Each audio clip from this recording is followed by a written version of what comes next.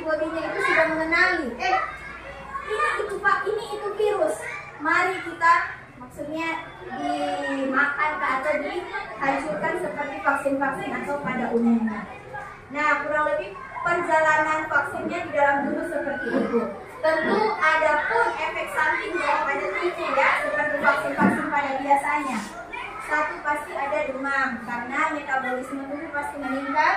Karena vaksin atau sesuatu yang dimasukkan ke dalam tubuh merupakan benda asing bagi tubuh. Jadi ada reaksi tubuh, salah satunya pastinya bisa ada demam ya, TB ya. Tapi ini tidak semua anak, tergantung imunitas anak. Kemudian yang berikut pasti mungkin ada rasa bengkak atau enggak ada rasa nyeri ya. Ya, mungkin itu saja efek-efek samping yang paling umum terjadi untuk vaksin ini. Kurang lebihnya mengenai vaksin HPV dan pentingnya saya hanya bisa sampaikan sedemikian jauh. Untuk anak-anak, kalau yang kelas 5 ada beberapa tahapan berbeda dengan orang tua atau dewasa yang kena dengan vaksin ini. Nah, yang penting juga Bapak Ibu harus ketahui, nanti orang guru-guru ya sampaikan ya, bisa ke orang tua yang tidak hadir. Kalau sudah terinfeksi misalnya, kita yang orang dewasa ini baru mau vaksin, bisa nggak dong saya mau vaksin? Kita tuh harus tes dulu. Kita takutnya sudah ada, istilahnya sudah terkena, sudah pernah terpapar dengan virus ini, tapi kita nggak tahu ya. Jadi kita harus tes dulu, karena kapan kita istilahnya sudah terinfeksi, terus kita dimasukkan vaksin lagi, vaksinnya sudah tidak berguna. Karena ya tubuh sudah ada antibodi gitu ya. Jadi dewasa bisa divaksin, tapi Kementerian Kesehatan Indonesia hanya memberikan gratis pada anak-anak perempuan yang SD saja.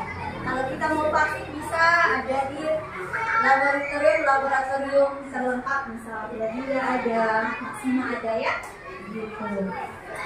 Nah, selanjutnya sebelum mungkin ada pertanyaan dari Bapak Ibu sekalian, saya lanjut.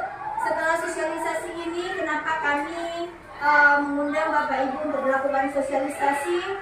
Karena memang tujuannya, targetnya dari Puskesmas ini, petugasnya adalah di saat setelah dilakukan sosialisasi, bagaimana respon orang tua ya? Kembali lagi ke respon orang tua. Apakah orang tua bersedia atau tidak anaknya divaksin, itu tergantung dari orang tua.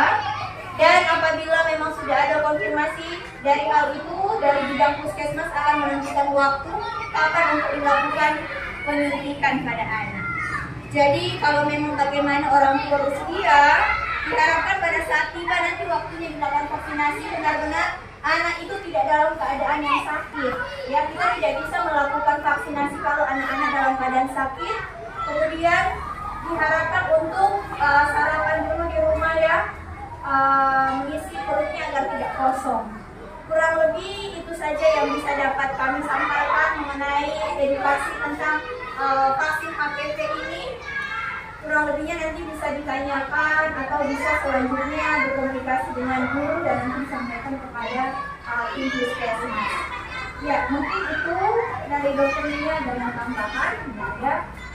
Kalau ada dari Bapak Ibu yang ingin bertanya, sebenarnya saya malu-malu bercerita karena depan saya ada ibu guru saya ternyata, ibu guru SMP saya, dan saya bersyukur sekali bisa bertemu hari ini dan bisa men-sharingkan sesuatu hal yang istilahnya penting buat masa depan anak-anak bangsa.